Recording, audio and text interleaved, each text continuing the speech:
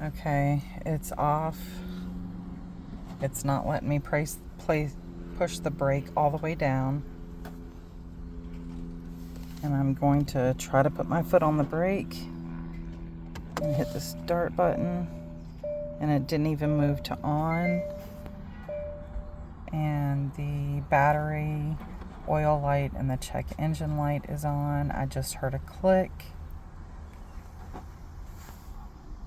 And it moved to on when it clicked, but it still won't start. I'm going to turn it to off. It still won't let me press the brake.